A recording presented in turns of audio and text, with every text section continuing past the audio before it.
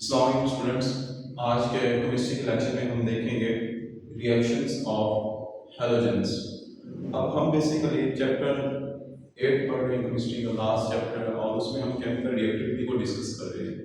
तो इससे पहले हमने जैसे केमिकल प्रॉपर्टीज ऑफ मेटल्स पढ़ी, जिसमें alkali and alkaline earth metals को हमने डिस्कस किया।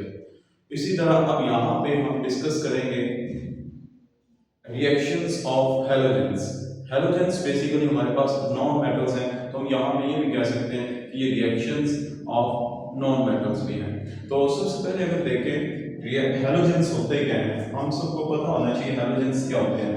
तो हैलोजेंस को हम रिप्रेजेंट करते हैं X से, ठीक है। अब इसमें हमारे पास सबसे पहला हैलोजन है वो है फ्लोरीन, उसके बाद क्लोरीन, उसके बाद ब्रोमीन, उसके बाद आयोडीन और एक और हैलोजन है जिसे हम बोलते हैं एस्ट्राटीन बोलते हैं, लेकिन हम उसे ज्यादा डिस्कस नहीं करते क्योंकि वो इतना ज्यादा रिएक्टिव नहीं। अब इसके बाद ये हमारे पास मेन 4 हैलोजेंस हैं जिनके रिएक्शंस हमने पढ़ने हैं यहाँ पे। तो अब ये जो हमारे पास है, अगर इसके ग्रुप की बात करें, हैलोजेंस के जो ग्रुप है तो वो ग्रुप 17 है। ग्रुप 17 से ये बिलोंग करते हैं और ये साल्ट फॉर्मर भी नहीं कहा जाता है, क्योंकि ये जब भी किसी मेटल के साथ अटैच होते हैं तो वहां पे साल्ट फॉर्मेशन करते हैं, just like NaCl, sodium chloride, KCl, potassium sodium bromide, potassium bromide etcetera, ठीक है। तो अब यहाँ इनको इस वजह से हम साल्ट फॉर्मेशन नहीं करते। सबसे पहला इसका जो रिएक्शन है ना, वो इनका रिएक्शन है एज अ ऑक्सीडाइजिंग एजेंट। तो जो हैलोजेंस हैं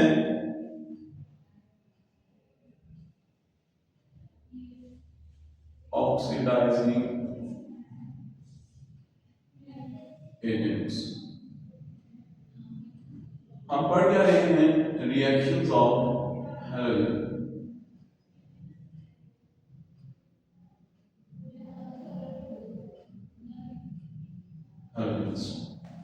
सबसे पहले प्रॉपर्टी ऑक्सीडाइजिंग एजेंट की प्रॉपर्टी है, जिसमें हम ये देखेंगे कि हैलोजन जो है वो ऑक्सीडाइजिंग एजेंट के तौर पे काम करते हैं। ऑक्सीडाइजिंग एजेंट होता क्या है, लास्ट चैप्टर 7 वहां पे हम पढ़ चुके हैं कि ऑक्सीडाइजिंग एजेंट ऐसे सब्सटेंसेस होती हैं जो खुद को रिड्यूस करती हैं लेकिन दूसरे को ऑक्सीडाइज करेंगी। एजेंट होता है काम करवाने वाला, तो ये जब दूसरे को ऑक्सीडाइज करेंगी तो ये कहलाएंगे ऑक्सीडाइजिंग एजेंट और खुद रिड्यूस होंगे। कैसे? अब ये क्या करते हैं, हमें पता है हैलोजेंस जितने भी हैं ये इलेक्ट्रोनेगेटिव इन नेचर हैं। जब इलेक्ट्रोनेगेटिव नेचर में हैं तो ये इलेक्ट्रॉन गेन करते हैं। जो हैलोजेंस हैं, हैलोजेंस क्या है बच्चों, इलेक्ट्रोनेगेटिव है। इलेक्ट्रोनेगेटिव होने के साथ ये क्या करते हैं, इलेक्ट्रॉन्स को गेन करते हैं, गेन इलेक्ट्रॉन्स को गेन कर लेते हैं। जब इलेक्ट्रॉन गेन करते हैं तो उससे नेगेटिव आयन बनाएंगे। अब इलेक्ट्रॉन गेन कर रहा है तो एडिशन ऑफ इलेक्ट्रॉन या gaining of electron is called reduction. जब ये खुद की रिडक्शन करवाने हैं तो दूसरे को क्या कर रहे होंगे, ऑक्सीडाइज कर रहे होंगे। तो इस वजह से हम क्या बोलते हैं, ऑक्सीडाइजिंग एजेंट। फर्स्ट सबसे पहले कि why halogens are called oxidizing agent. Short question पूछा जा सकता है बच्चों आपसे, why halogens are oxidizing agents। सबसे पहला शॉर्ट क्वेश्चन, ठीक है। तो अब इसमें अब हमारे पास फॉर एग्जांपल एक साल्ट है KCl का और इसको हम रिएक्शन करने जा रहे हैं इसका फ्लोरीन के साथ। अब यहां पे एक बात याद रखें, जो हमारे पास इलेक्ट्रोनेगेटिविटी है वो टॉप टू बॉटम कम होती है, फ्लोरीन, क्लोरीन, ब्रोमीन और आयोडीन। इट्स मीन फ्लोरीन की इलेक्ट्रोनेगेटिविटी इन सबसे ज्यादा है। अब किसी चीज को किसी से रिप्लेस करना हो ना, तो वहां पे जो रिप्लेस करने वाला उसका ज्यादा स्ट्रॉन्ग होना चाहिए। जो रिप्लेस करने वाला है उसे ज्यादा स्ट्रॉन्ग होना चाहिए। किससे, जिसको रिप्लेस किया जा रहा है। अब यहाँ पे अगर हम फ्लोरीन को रिप्लेस करना चाहते हैं किसी हेलोजेंस के साथ तो नहीं कर पाएंगे, क्यों, इनकी इलेक्ट्रोनेगेटिविटी कम है, पावर कम, फ्लोरीन को ये रिप्लेस नहीं कर पाएंगे। अगर हमें क्लोरीन को रिप्लेस करना है तो फ्लोरीन की इससे पावर ज्यादा, इलेक्ट्रोनेगेटिविटी ज्यादा है, तो फ्लोरीन रिप्लेस करेगा क्लोरीन को, जबकि ब्रोमीन क्लोरीन को रिप्लेस नहीं कर सकेगा। क्यों, ब्रोमीन की इलेक्ट्रोनेगेटिविटी कम है। इसी तरह आयोडीन को रिप्लेस करने के लिए ब्रोमीन आएगा, ब्रोमीन आ सकता है, क्लोरीन आ सकता है या फ्लोरीन आ सकता है, लेकिन आयोडीन में से किसी को रिप्लेस नहीं कर पाता। तो ये हमारे पास है। अब यहां पे हमने पोटेशियम क्लोराइड से क्लोराइड को रिप्लेस करना है फ्लोरीन से, तो fluorine strong electronegative and strong oxidizing agent, तो ये बहुत ज्यादा इलेक्ट्रोनेगेटिव होने के साथ ये क्लोरीन को बड़ा इजीली रिप्लेस कर पाएगा और रिएक्शन हमारे पास क्या आ जाएगा, 2KF पोटेशियम फ्लोराइड बन जाएगा। अब ये पोटेशियम फ्लोराइड है, यहां पे एक स्ट्रॉन्ग बॉन्ड है पोटेशियम और फ्लोरीन के दरमियान एज कंपेयर टू KCl। क्यों, क्योंकि Cl की इलेक्ट्रोनेगेटिविटी कम है फ्लोरीन से, तो फ्लोरीन इज मोर इलेक्ट्रोनेगेटिव, सो यहां पे जो बॉन्ड बनेगा पोटेशियम फ्लोराइड है, एक स्ट्रॉन्ग बॉन्ड है पोटेशियम क्लोराइड। तो अब इसी में हुआ क्या है, बेसिकली Cl फ्लोरीन से कैसे रिप्लेस हुआ, फ्लोरीन ने ये यहाँ पे जो क्लोराइड है ये क्लोरीन, ये जो Cl है ये क्लोराइड फॉर्म में है, क्लोराइड फॉर्म कौन सी होती है, आयन की फॉर्म है। अब यहाँ पे फ्लोरीन ने, क्लोरीन के पास इजाफी इलेक्ट्रॉन्स थे, अब फ्लोरीन ने इसके ऊपर अटैक किया और इससे इलेक्ट्रॉन्स खुद गेन कर लिए। जब ये इलेक्ट्रॉन लेगा तो ये बनेगा 2F-, क्यों, इसने क्लोरीन से इलेक्ट्रॉन्स लिए हैं, पोटेशियम के अंदर कोई चेंज नहीं है, यहां पे पोटेशियम भी +1 था, यहां पे भी पोटेशियम +1 ही है, लेकिन क्लोरीन के यहां पे फ्लोरीन ने इलेक्ट्रॉन्स लिए, फ्लोरीन फ्लोराइड में कन्वर्ट हो गया और जो क्लोराइड था वो क्लोरीन गैस में कन्वर्ट हो गया। तो ये रिएक्शन हुआ है। तो नेक्स्ट अगर हम देखें, अगर हम रिप्लेस कराना चाहें किसको, Br को रिप्लेस करना चाहें, जब हम आयोडीन का देख लेते हैं, पोटेशियम आयोडाइड, पोटेशियम आयोडाइड को रिप्लेस करना है ना, तो यहाँ पे या तो ब्रोमीन ले सकते हैं या क्लोरीन या फ्लोरीन भी लेते हैं, हम इसको भी ले सकते हैं। तो हम यहाँ पे ब्रोमीन ले लेते हैं Br2। तो अब यहाँ पे जब रिएक्शन होगा तो हमारे पास जो रिएक्शन प्रोसीड होगा कैसे होगा, उसी तरह कि जो ब्रोमाइड है ये आयोडाइड को रिप्लेस कर देगा, जब रिप्लेस करेगा तो ये बनेगा 2KBr पोटेशियम ब्रोमाइड, और उसके साथ ये जो आयोडाइड था ये क्लोरीन की तरह क्या बनेगा, मॉलिक्यूलर गैस की फॉर्म में यहां से निकल जाता है।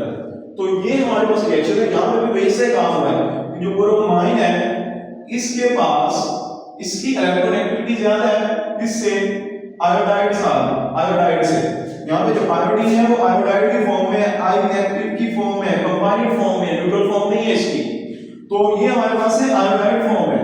जब ब्रोमीन और आयोडाइड एक दूसरे के नजदीक आएंगे, जो ब्रोमाइन होगा उसकी इलेक्ट्रोनेगेटिविटी ज्यादा है, जब इलेक्ट्रोनेगेटिविटी ज्यादा है तो क्लोराइड की वो इलेक्ट्रॉन गेन कर लेगा, वो इलेक्ट्रॉन गेन करके ये खुद बन जाएगा Br नेगेटिव, और उसके साथ ये जो आयोडीन है ये I2 की फॉर्म में यहां से रिलीज हो जाएगा, और ये जो ब्रोमाइड है उस पोटेशियम के साथ अटैच होकर KBr बना देता है। तो ये हमारे पास इसकी ऑक्सीडाइजिंग प्रॉपर्टी है। नेक्स्ट इनके रिएक्शंस है रिएक्शंस विद वाटर। अब अगर इसके रिएक्शन विद वाटर देखें हम, तो हमारे पास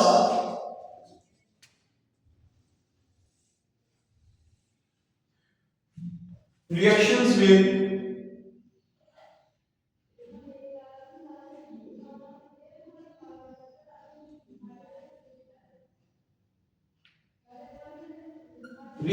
वाटर, अब जब वाटर के साथ रिएक्ट करेगा तो बात याद रखें, जो हमारे पास वाटर में है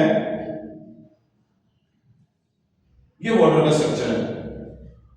अब वाटर में H पॉजिटिव है और जो हैलोजन है ये सारे के सारे नेगेटिव आयन आते हैं, इलेक्ट्रोनेगेटिव है। हाइड्रोजन इलेक्ट्रोपॉजिटिव, हैलोजन इलेक्ट्रोनेगेटिव, तो जो जितना ज्यादा इलेक्ट्रोनेगेटिव होगा उसके साथ हाइड्रोजन उतना ज्यादा स्ट्रॉन्गली तौर पे अटैच होगा। अब इनमें देखें ना, एक F क्लोरीन, ब्रोमीन और आयोडीन, इनमें अगर देखें तो बॉन्ड कहां पे ज्यादा स्ट्रॉन्ग होगा, हाइड्रोजन और हेलोजन कहां पे बॉन्ड ज्यादा स्ट्रांग होगा? तो इसमें जो HF का बॉन्ड होगा ना, HF का बॉन्ड फ्लोरीन का हाइड्रोजन के साथ ये स्ट्रांग बॉन्ड होगा। क्यों? Hydrogen electropositive, fluorine more electronegative, दोनों एक इलेक्ट्रो हाईली इलेक्ट्रोपॉजिटिव, दूसरा हाईली इलेक्ट्रोनेगेटिव, तो bond will be very strong.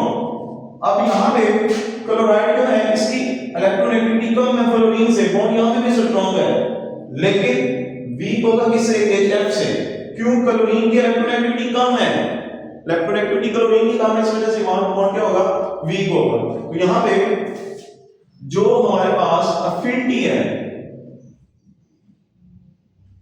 Affinity for hydrogen, ये डिपेंड करती है, याद रखें एमसीक्यूज के लिए, affinity for hydrogen toward halogens, toward halogens, halogens के हिसाब से जो इसकी अफिनिटी है ये डिपेंड करती है किस पे?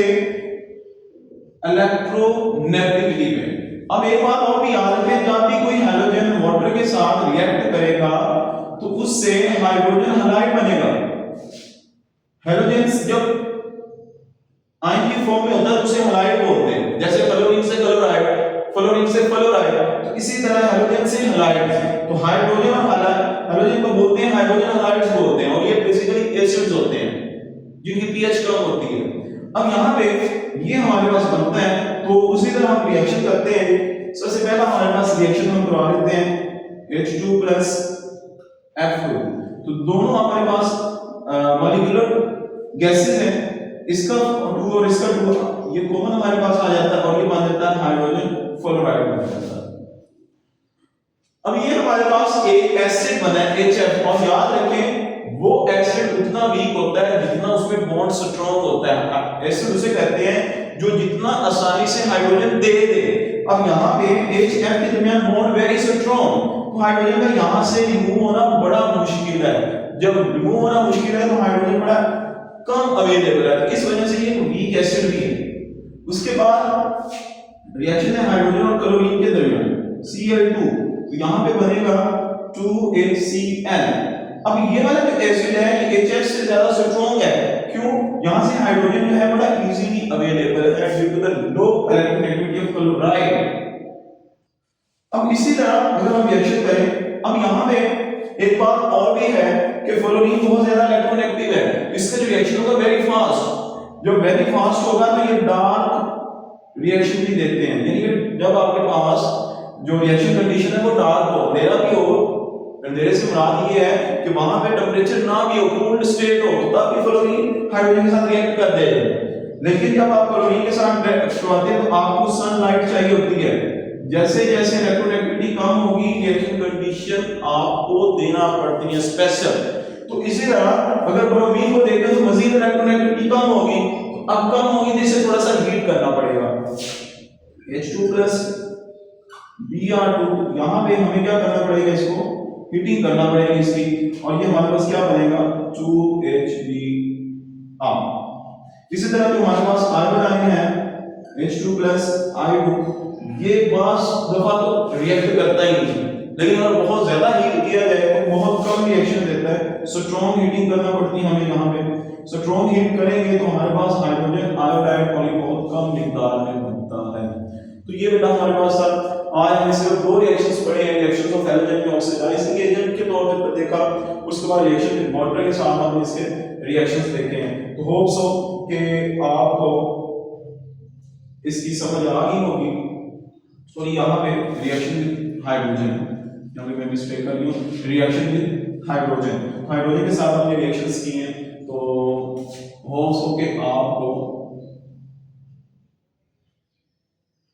ठीक है, होप सो आपको अच्छे से समझ आ रही होगी। तो मिलते हैं इंशाल्लाह नेक्स्ट लेक्चर में।